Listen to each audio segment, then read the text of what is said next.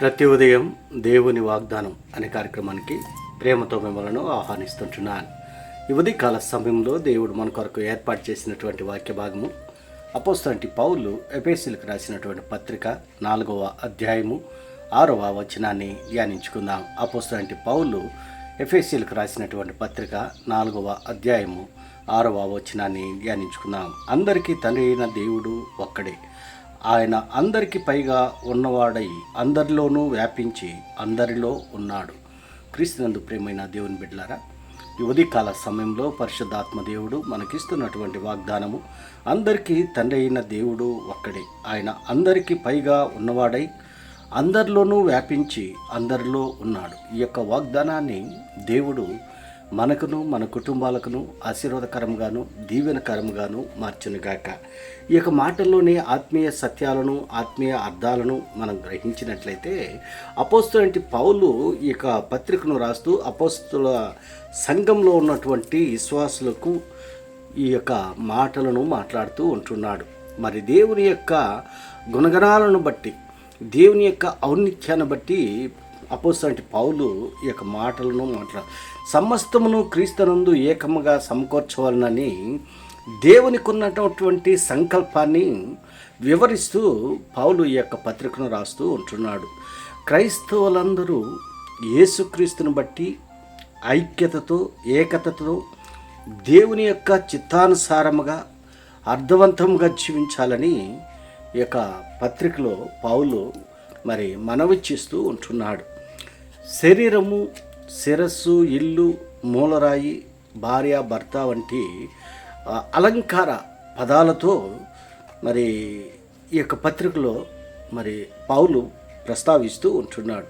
ఈ యొక్క పత్రికలో ఉన్నటువంటి రెండు ప్రాముఖ్యమైనటువంటి అంశాలు ఈ యొక్క పత్రికలో మనం చూస్తూ ఉంటున్నాం.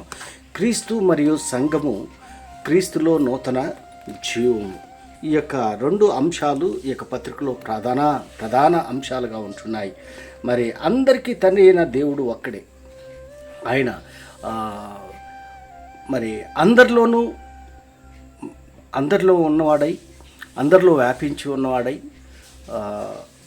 ఉన్నాడు అనేది దేవుని యొక్క గుణగణాలను తెలియపరుస్తూ ఉంటున్నది. అవును ప్రియులారా, మనల్ని సృష్టించినటువంటి సృష్టికర్త ఆయన అందరికీ పైవాడుగా ఉంటున్నాడు.